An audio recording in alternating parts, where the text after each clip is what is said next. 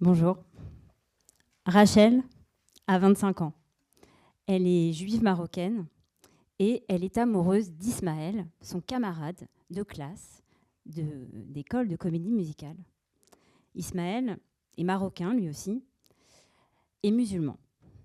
Rachel et Ismaël vivent ensemble. Mais Rachel cache son histoire à sa famille. Pas par honte, mais par peur. La peur de blesser sa mère. Sa mère, la pauvre, elle a perdu son mari très jeune. Et elle pense que c'est Dieu qui l'a puni.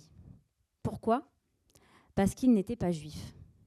Alors, pour conjurer le sort, la vie de Rachel est très simple pour la mère. Ma fille, s'il te plaît, pour l'amour du ciel, choisis un juif et épouse-le, et sois heureuse.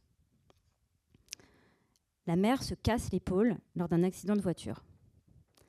Alors, le temps de sa rémission, la famille propose à Rachel, ou plutôt impose, de prendre la mère chez elle pour s'en occuper. Et Rachel n'arrive pas à dire non à sa mère. Donc, elle est obligée de mettre Ismaël à la porte. Ismaël, lui, il n'est pas OK du tout avec ça, en fait. Il tient trop à Rachel. Et donc, il se dit, en fait, que ce n'est pas la religion qui va les séparer. Donc, qu'est-ce qu'il fait ? Eh bien, il revient, déguisé, en aide-soignant, juif, pour s'occuper de la mère de Rachel. Alors, en une semaine, il apprend les chants du Shabbat et à faire des perfusions. Puis, Rachel, elle ne revient pas, parce qu'en fait, ça continue. Il va même diriger la chorale de la synagogue. Et en fait, il change le répertoire de chants religieux et il choisit Aznavour et Diantel, comme par hasard, les chanteurs préférés de la mère. Et puis, en fait, le doute s'installe sur la crédibilité de ce faux juif. Mais Ismaël continue. Et Rachel le voit sortir le grand jeu. Et donc Ismaël aussi évoque le Maroc. Parce que le Maroc, c'est la nostalgie d'un pays qu'on a quitté ou qu'on n'a jamais connu. Et puis ça marche. Mais plus Ismaël réussit, et plus Rachel panique. Comment Rachel va arrêter de vivre dans le mensonge ? Là, ça y est. Ismaël, il a coché toutes les cases. Il est adoré par la famille. C'est bon, il a fait ses preuves.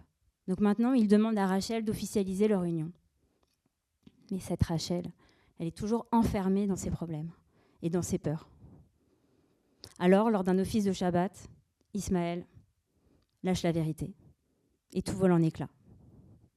Rachel se retrouve seule face à elle-même, face au seul choix qu'elle a toujours refusé de faire. Pas entre Ismaël et la famille, mais entre la femme qu'elle est et celle qu'elle a toujours fait semblant d'être. Encore faut-il qu'elle en soit capable. Mabrouk, c'est une comédie romantique. Et quand les émotions débordent, certaines scènes basculent dans le musical. Parce que la vérité ne se dit pas, parfois. Elle se chante. Mabrouk, ça veut dire félicitations en arabe. Et c'est un film sur les croyances qu'on hérite de sa mère. Et sur le courage, parfois immense, de les briser. Moi, j'ai longtemps menti à ma famille pour être libre. Et avec ce film, j'ai envie de réécrire une histoire.